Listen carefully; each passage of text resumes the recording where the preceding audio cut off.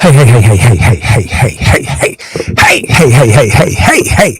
I got big Rahim Lockhart. He threw it down so hard the last time. He said, man, I need to get me some of that. So we want to welcome him to hopefully, which will be a adventure both for you all as well as for himself and as well as for you all, for himself, and also for myself. So it's a pleasure to have him here.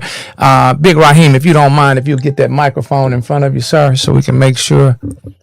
Hey, man, this man he get the whole couch. He get the whole couch. Look, he got the mic up high. Let's see if we can hear his voice. That's mic number 3 over there. Yes, sir. We're in the back office, guys. Yeah. Got to make sure I do them right so we can come back. Make sure that mic is pointed at you. Yeah. And let's see where we are on Facebook. Hey, we want to welcome you all to Community Connections Conversations. We got a superhero to be arriving very shortly. So we wanted to go ahead and get started and make sure that our sounds and stuff is correct. Hold on. There we go. All right. See, can you hear how muffled I am on that? So let me bag mine down some. I'm going to bag it down. You see, you hear the muffleness in it? I'm backing it down just a little bit. Can you hear me? You see, it's clear now, isn't it? Is that better? If it sounded kind of crunchy at first, didn't it? Okay, let's get you on mic number 3. Go ahead and introduce yourself. Rahim Lockhart, Mendenhall, Mississippi. Glad to be here. Where in the world is man? Don't nobody know nothing about no Mendenhall. Bring us a little to the light of Mendenhall, Mississippi. Mendenhall is south of not the biggest, not the best, not the biggest, but the best, Delo, Mississippi. A little bit south, in between McGee, Mississippi. About 45 minutes from Hattiesburg, Mississippi.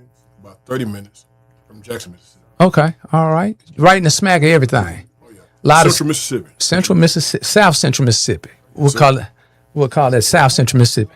Home of Lloyd Jones. Home of who? Lloyd Jones. Who was Lloyd Jones? Give us a little history. Lloyd Jones was the infamous Lloyd Jones. He was the Mississippi Highway Patrolman that murdered the Jackson State students in the riots. Oh yeah. Yes. What?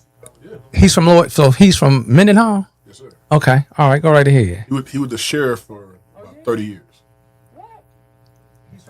Sheriff for 30 years. 30 years in Mendenhall. Okay. All right.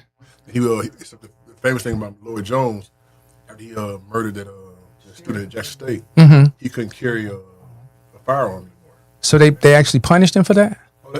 Oh, that event. Okay. He got punished for he can't carry a firearm no longer. So he became the sheriff. He was the sheriff that did not carry a firearm. Wow. You heard about the incident that happened in Rankin Which County? incident? Squad. Mm-hmm. The reason why the Goon Squad was created because Lloyd Jones couldn't carry a pistol anymore. He was known as Goon Jones. Are you serious? Yeah. Boy, man, Brother Rahim, it's gonna be beautiful having you in here, sir, with all this history. Okay. I'm trying to see if I can hear your voice. Go ahead and say something. Can you hear me now? All right. You might need to bring that mic a little closer to you. That man got the mic at 6 feet.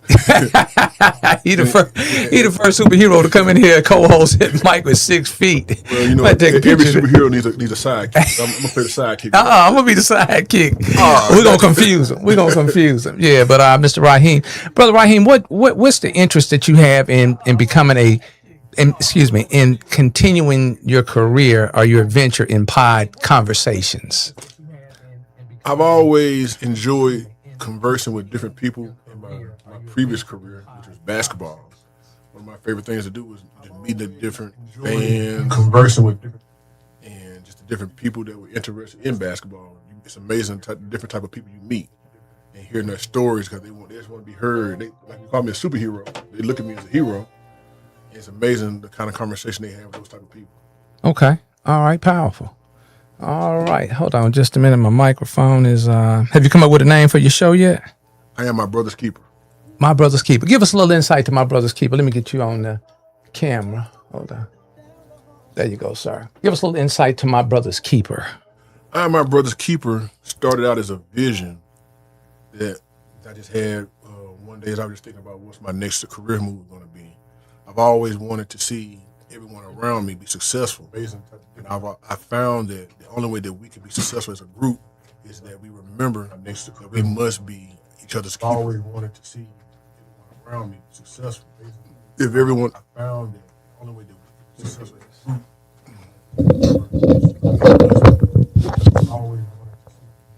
Can you hear me now? If everyone.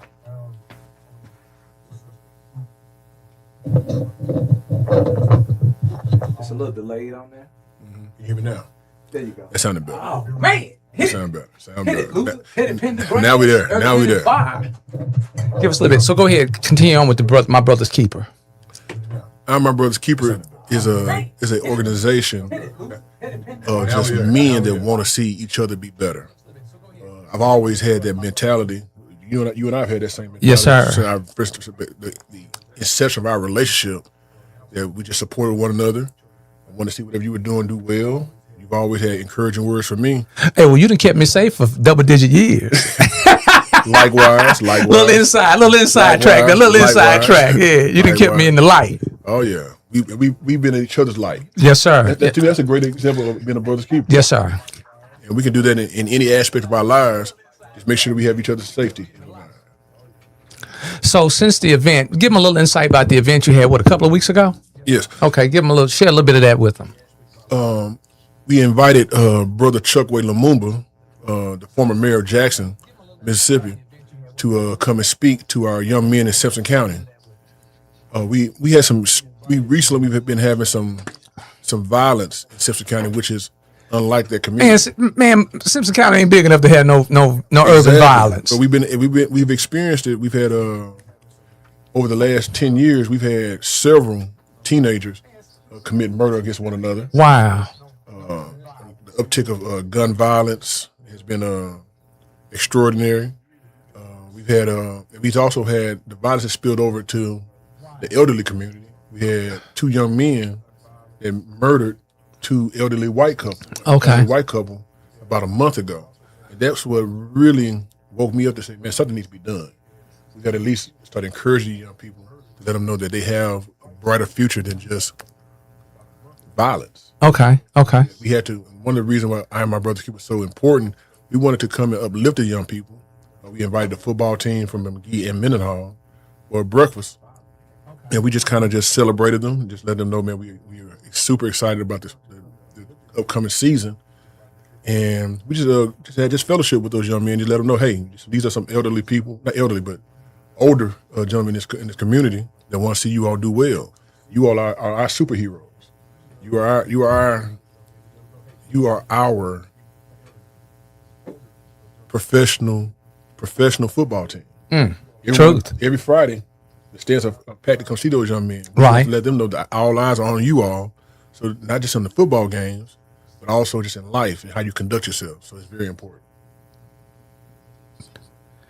You know, I just had an opportunity to go to Chicago to the Child Care Convention, and I didn't realize the impact for child care in our country. Let's start on our block, in our community, in our cities, in our counties, because as a parent coming through, I just didn't take into consideration about child care. I knew I had to get it done, you know. So having adequate professional child care, because it's difficult to leave your child someplace.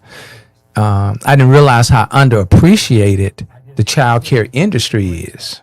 Oh yeah. Okay, and I'm saying, if we could provide affordable, professional, hands-on child care, the impact that would have on our next ones coming through. Go right ahead, chime in on that for me. Child care is the fundamentals of a community. Because without the children, the community is doomed. It is. It's more children than adults, isn't it? Definitely. Way more children than adults, and they're the next generation. And if we give them the proper love and the proper education that they need, give them the proper values and all those principles of living, the communities then start growing in a more productive fashion. Wow. Start having kids that love each other, know how to love one another. That's true. Love themselves. That's those social skills are being implemented in these child care environments. Definitely. And you know, especially the child care is more is just as important as the home. The mom and dad are off working from 8 to 5. Truth. Those are childcare 8 facilities. to 7, 8 to 8, 8 to 9. Depending on where you work. Right. So those childcare facilities are essentially raising our children. That's true. They're raising the next generation. And so then you're talking about people that can't afford the childcare. And then when you recognize that they're not in those childcare facilities, who's raising them? That's true. I got an associate, mentor out there called, he's got a thing called the Blueprint 3 to 6. And he said that's the most volatile time of the day is between 3 and 6 p.m. because they're on their own. Definitely. They're on their own. But to be in an environment of about 1,500 people with an organization or a system in place, I mean, it was super organized. And I say organized, I mean, from the time before we even left our base homes, our home base, to actually getting there, and to be around 1,500 people from all over the United States, different cultures, different ages, different nationalities, to come to be in an environment where people believe in working, they're faced with adversity, they've been underappreciated, they've been underpaid, they've all experienced the stress and the anxiety of having to go to work and leave their child somewhere. It gave me a little light that there's a little light at the end of the tunnel. There's people out there that do still believe in doing the work. When you think about doing the work, Brother Rahim, in your whole life, I'm gonna say based on the interview, the conversation we had, your life is filled with work. How essential is work? However you frame it. Go right ahead. Let's lay in the foundation. My grandmother was a 30-year school teacher. And when I was born, she was headed to retirement. So she was the one that was basically, she had took upon herself to lay the work for my foundation. Okay. So I learned the importance of education. Okay. Home. I didn't wait to get to school and learn how important it was to learn how to read and write. I learned that at home. So childcare for me was more of a home environment. So you think about childcare for those children that don't have that luxury that I had. Right. I had a retired grandmother. Right. That's very. Do you think that's rare these days? Very rare. That was rare back then. Okay. I was one of the few that actually stayed with my grandmother while my mama was working. Okay. The rest of my friends were walking the streets. Okay. And my grandmother refused to allow me to walk the street. I got you. I had school from the time I woke up to the time my mama picked me up. Okay. So I was in school from before school time. Okay. So everyone used to always wonder how Rahim was so gifted when I got to school. Okay. I've been doing schoolwork since I was born. Okay. So I think that played a major difference in the way that I thought about that. Okay. How essential was the extracurricular activities for you being a student and having that child care support back at the home front? Extracurricular activities gave me some reprieve from... Oh, what the hell? Wait. What the hell does reprieve mean? Oh. Keep throwing these words around up in it. You know I'm slow. No, not at all. What does reprieve? Give me a little... and then come on back. What does reprieve mean? Reprieve means I got a breather from such structure. Okay. So okay. My grandmother was very structured, so I didn't know anything about just having free time. Okay. So when we go back to childcare gives an opportunity to give the kids structure outside of the family structure. So let it be known that structure is always This is there. what you bring into the pod conversation universe. Every That's time. what I'm talking about. Go right ahead. Continue on, sir. You know, a child without a plan is a child that's planning for failure. Okay. That child is planning Is for that our failure. superhero right there? I believe it is. Is that our superhero right there? I don't know. Somebody let me in the door. Look at Honey, you ain't got to close it. Come on in. Hey man, we just had Miss Patty Patterson to come in the building. I don't want to let you know who she is. Let me get this off here. Go ahead, Brother Rahim. Keep chiming for us. Just keep chiming. Yes, sir. Man, Patty Patterson came in and took the took shine. Oh, she got it now. She got it. So we're talking about extracurricular activity and childcare. Childcare. Oh yeah, childcare at home is very important. Extracurricular activities need to be structured. You know, because it takes a village to raise a child, and without the village, there is no community, and the children are the next ones up. Okay. All right, Brother Rahim. Once again, give him a little insight of your journey from leaving Mendenhall and just your travels, both as a scholar as well as a student athlete? Well, as a scholar, I was always focused on my academics. I was always focused on my spirituality. My grandmother had me very structured as a kid, so I was always learning the different learning techniques. I remember Bloom's taxonomy, the knowledge level, the application level. So I learned how to learn at a very early age, and we took those practices to the spiritual world as well. So that kind of gave me my social and my spiritual background, that I recognized the importance of I am my brother's keeper. I recognize the importance of just be community. This community as a whole, accountability.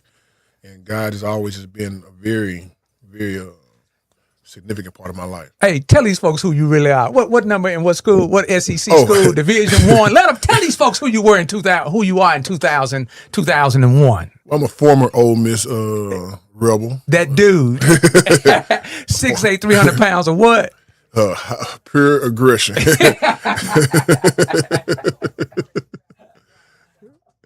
Yes, sir. Yes, sir.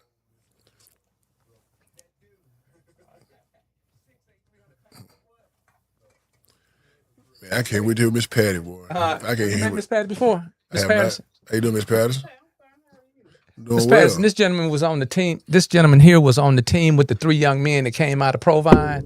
Who were those 3 young men that came out of Provine? Justin Reed, Aaron Harper, and Dave Sanders. You remember those gentlemen? Okay, yeah. This was Justin. He didn't want to whoop you, did he? Oh no. Why? Because 6'8", 300 pounds. Highly aggressive. Highly aggressive. Oh, all right, Ms. Patterson, go ahead and speak into that mic over there. Hello. There you go. We got you. Let me get all of you in here. There you go. Okay. Hey guys, we're gonna go ahead and jump this in and get started. We're gonna get connected. Make sure. A lot of times, Brother Rahim, I don't like that microphone's filter to be in their face. Mm-hmm. So let me see if I can tweak it a little bit. Okay, guys, we're gonna go ahead and jump this in and get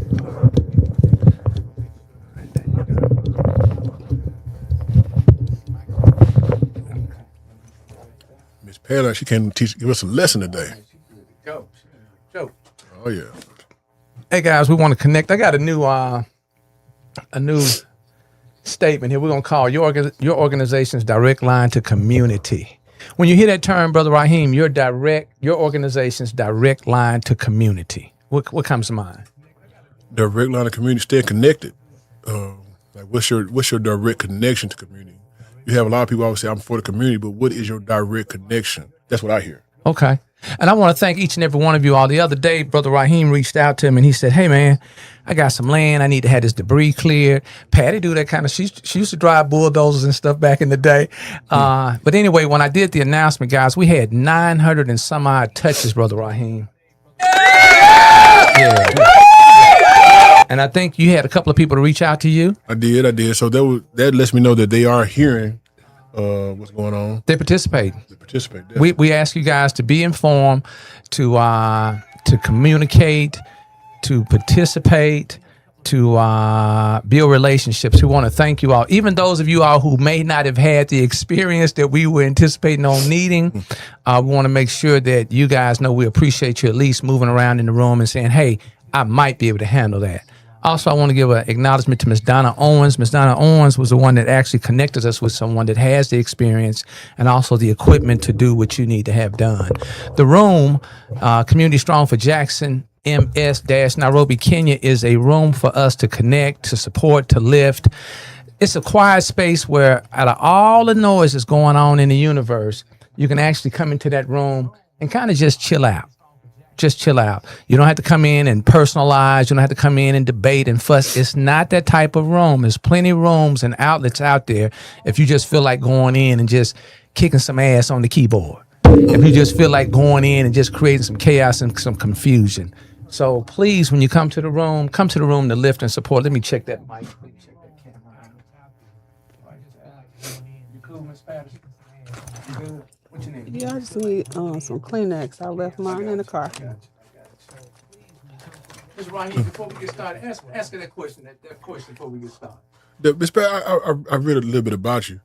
I want to know what was I heard a little bit about your connection with the homeless.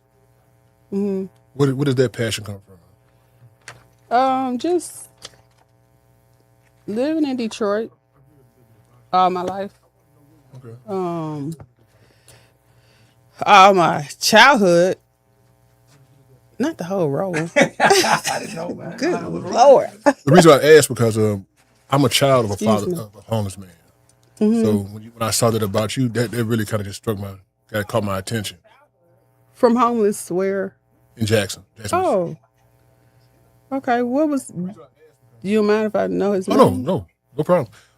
He became homeless when I was, I say, about 11 years old. My mother and him divorced, and for some reason he just never got back on his feet.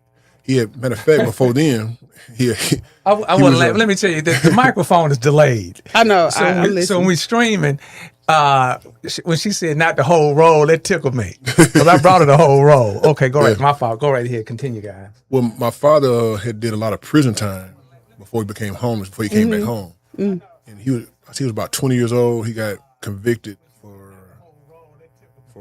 armed robbery and treason back in the 60s. And so he spent a lot of time in prison. And my father was a real intelligent man, but when he got out of prison, he wasn't able to get the type of work that he wanted to get.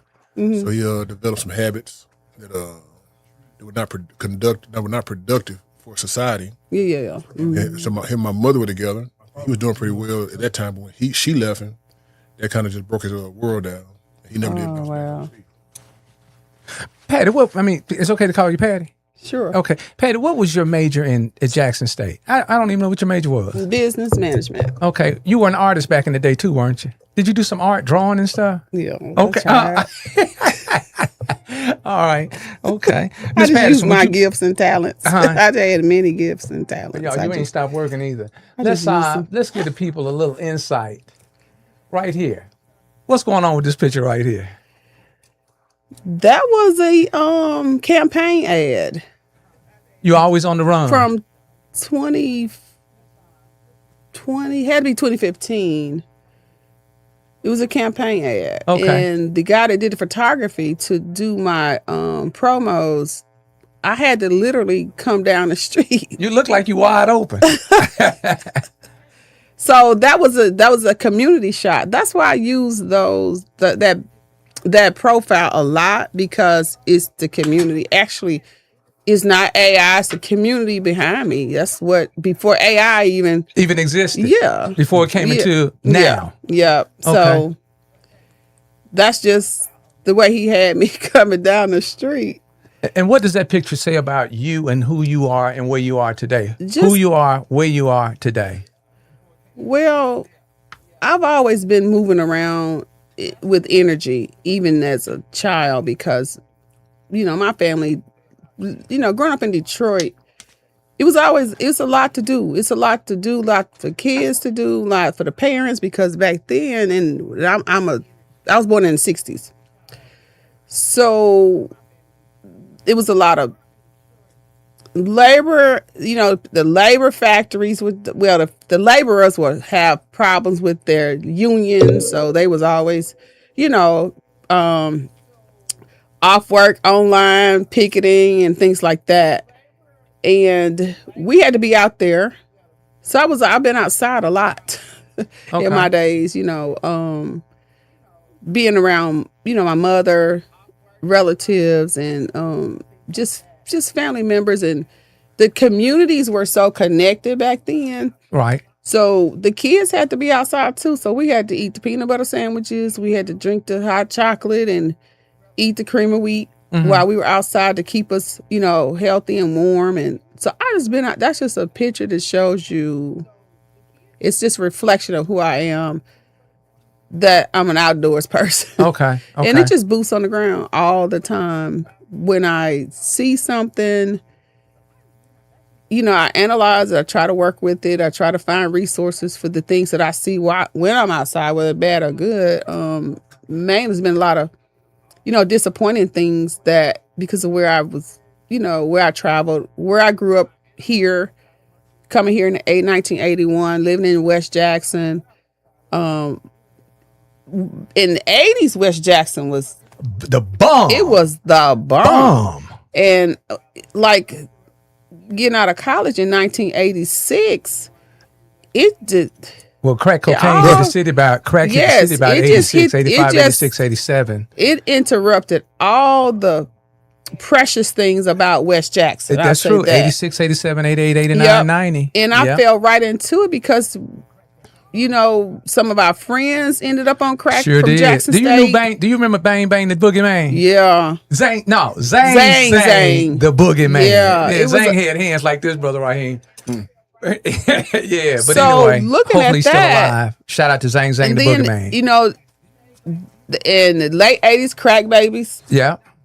So I ended up in Jackson Public Schools where we had the job I had. It was parenting coordinator. This is after college. After college, post JSU. Post JSU. Okay. Well, I was at the post office as well. You did the post office too? Yeah. Oh man, go ahead. Working for Jackson Public Schools and working with families that had addiction, and the grandparents was raising kids, and we had to provide resources for the children that were siblings of the children that were in school, in public schools, because we were trying to get them ready for pre-K. Okay. That's what the pre-K programs was. They were talking about that child care. Prominent, yeah. Okay. And we had to assess the motor skills and the skills for those siblings to get them ready for pre-K, and that was parenting coordinator. So just everything I grew up in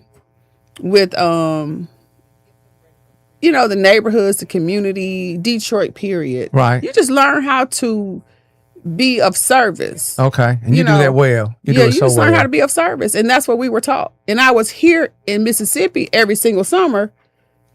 And my grandparents, they instilled that spiritual background.